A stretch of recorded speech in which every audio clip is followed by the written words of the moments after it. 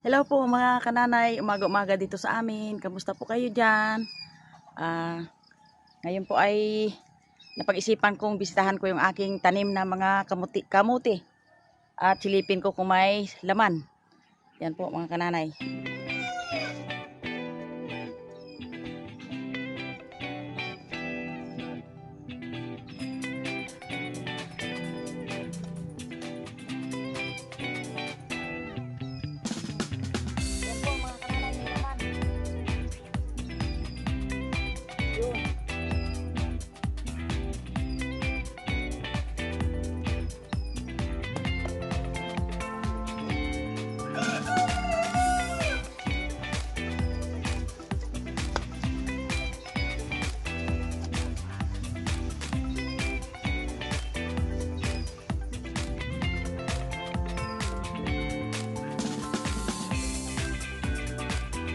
Po mga kananay, may laman ang aking kamuti.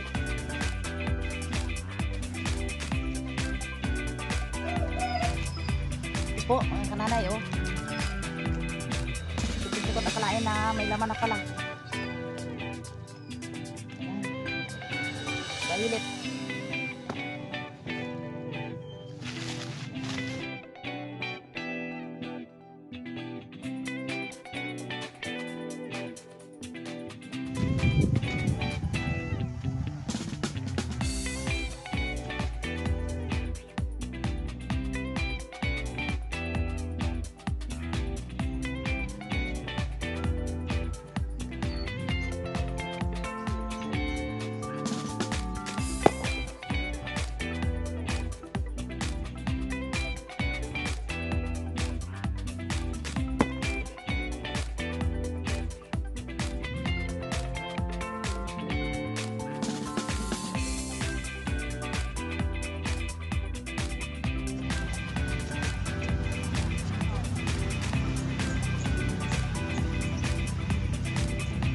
Po mga kananay, ang aking laman ng kamuti, oh. Yan. Ang laman ng aking kamuti.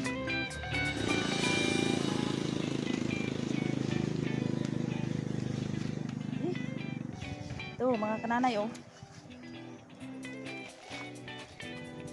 Malaki rin ang laman ng kamuti. Ito po mga kananay, oh, malaki ang bitak, oh. Yan. Malaki ang bitak ng lupa. Tingnan natin kung kamusta ang laman.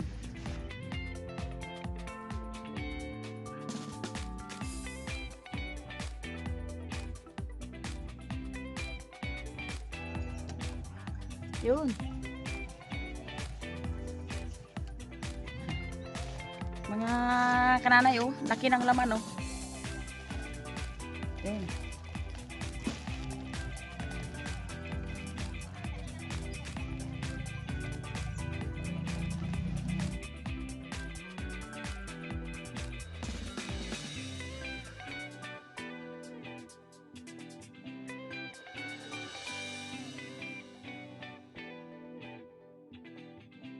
Yan po mga kananay ang aking kamuti, mga laman.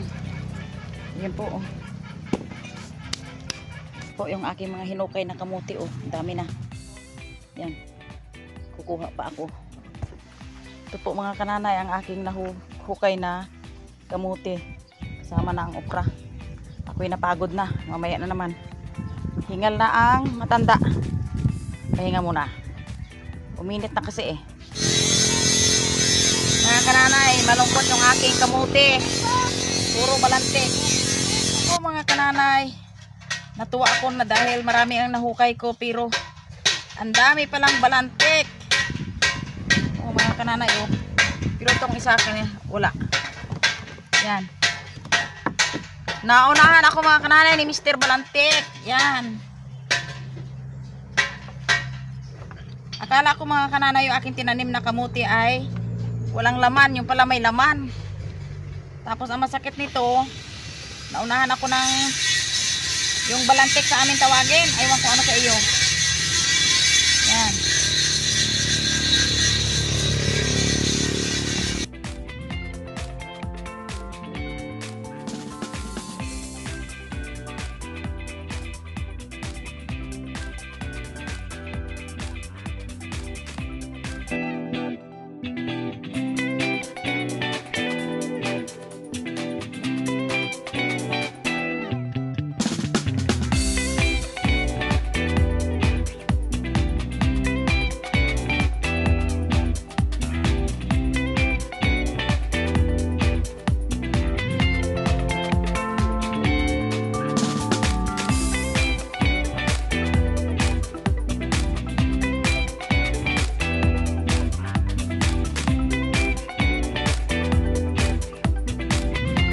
lang po natira yung aking kamuti.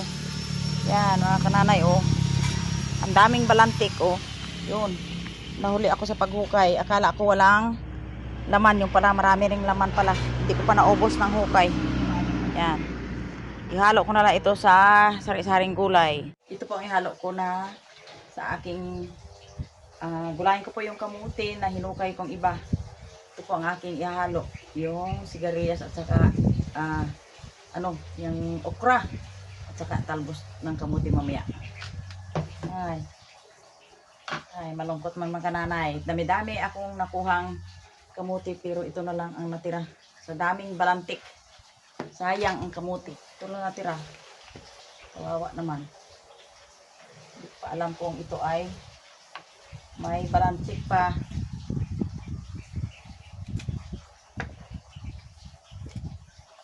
Ang iba po mga kananay ay lagain ko. Dami pa talagang kuno.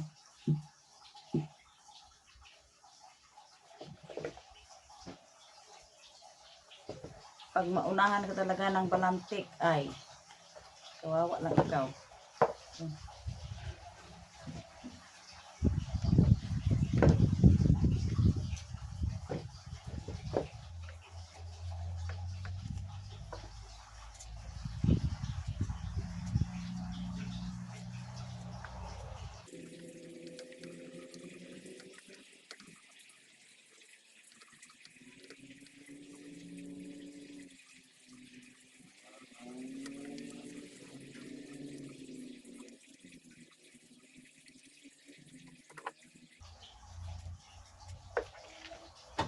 Ang malalaking kamuti mga kananay ay halos tinamaan ng balantik.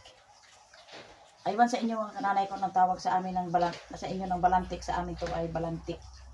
Yung uod na pumapasok sa kamuti.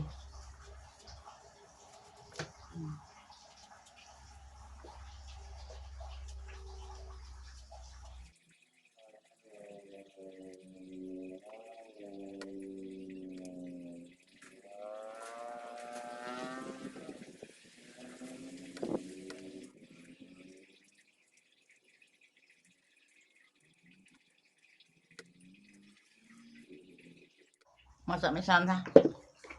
Ito mga kananay noong unang panahon, pag kami maghukay, diretso kain, so hukayan. Pero pinapagalitan kami ng mga may-ari ng kamuti.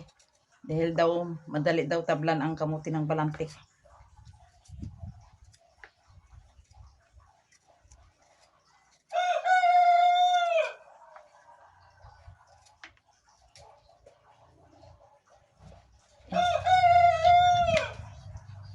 Matamis mga kananay, oh. Matamis ang kaso lang, oh. Halos puro balantik. Sayang ang kamuti.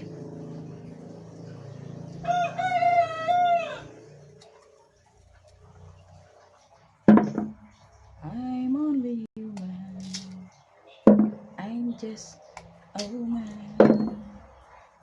Help me believe what I could be in all that I am. Show me the stairway I have to climb. And Lord, for my sake, help me to take one day at a time, dear Jesus. That's all I am asking of you. Kadami-daming kamuti. Kunti lang na natira. Lord, give me thy strength to do every day what I have to do.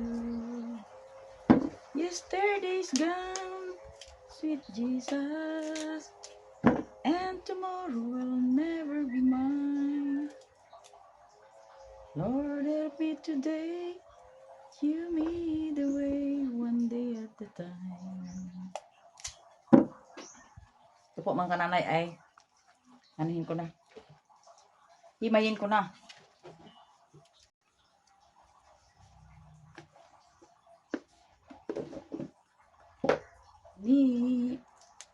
sundol, sibuyas, bawang at luya. Sa paligid-ligid ay puro linga. Sa Bisaya pa mga kananay ay ikadlaw ang libog. Ikadlaw ang libog.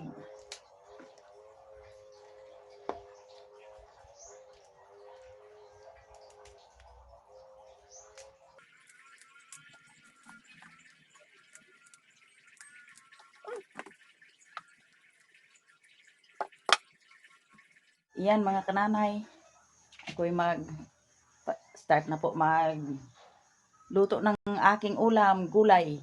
Yan po. Pakulo lang po ako ng tubig sa kasirola. Yan.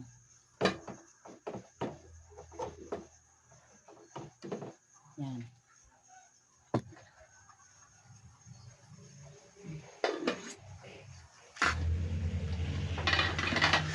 Kulo na yung aking, ihalo na natin ang aking mga ingredients. Yan.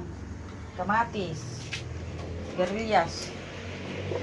Ihalo ko na po ang kamuti. Ang kamuti na hinukay ko kanina doon sa garden ko. Yan. Okay. Takpan muna natin.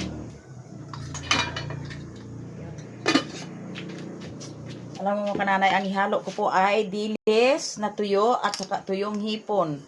Ang tawag dito sa inyo. Sa Bisaya po, ang tawag nito ay kalkag. Yun. You know. Sarap ihalo sa gulay. Ihalo sa gulay. Gulay ang buhay. Ayan po. Nabuksan ko na ang gulay. Lagyan ko po ng dilis na tuyo at saka yung maliliit na hipon. Yan.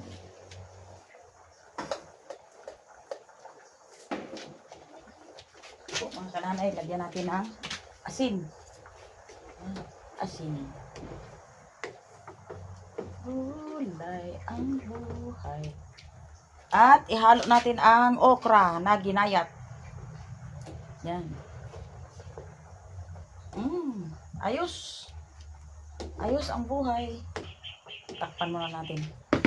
Ang tawag nitong ulam sa akin ay sa Tagalog ay halo-halo style. O kung sa amin sa Bisaya ay sagol-sagol. Halo-halo. Halo-halo ang sa gulay. Yan po mga kananay, ang aking ulam na sa amin sa Bisaya ay sagol-sagol style. Yun. Yan. Ayos. Luto na. Kakain na tayo. Kain tayo mga kananay. Ang ulam po ay sagol-sagol style. Puro kulay. Na may halong yan. Oh, kumain na kayo ng gulay.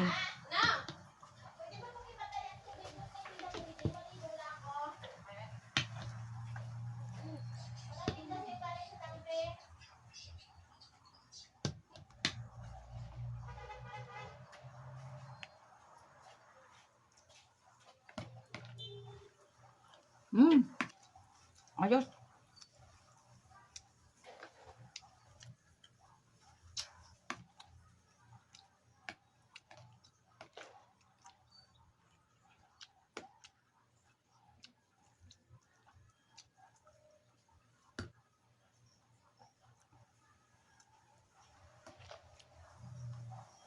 Kain tayo.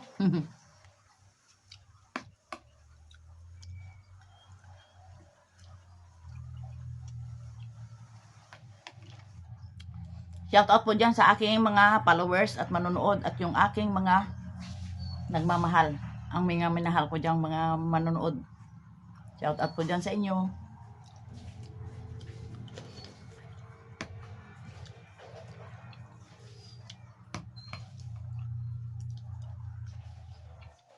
Pansamantalang itigil ko muna yung aking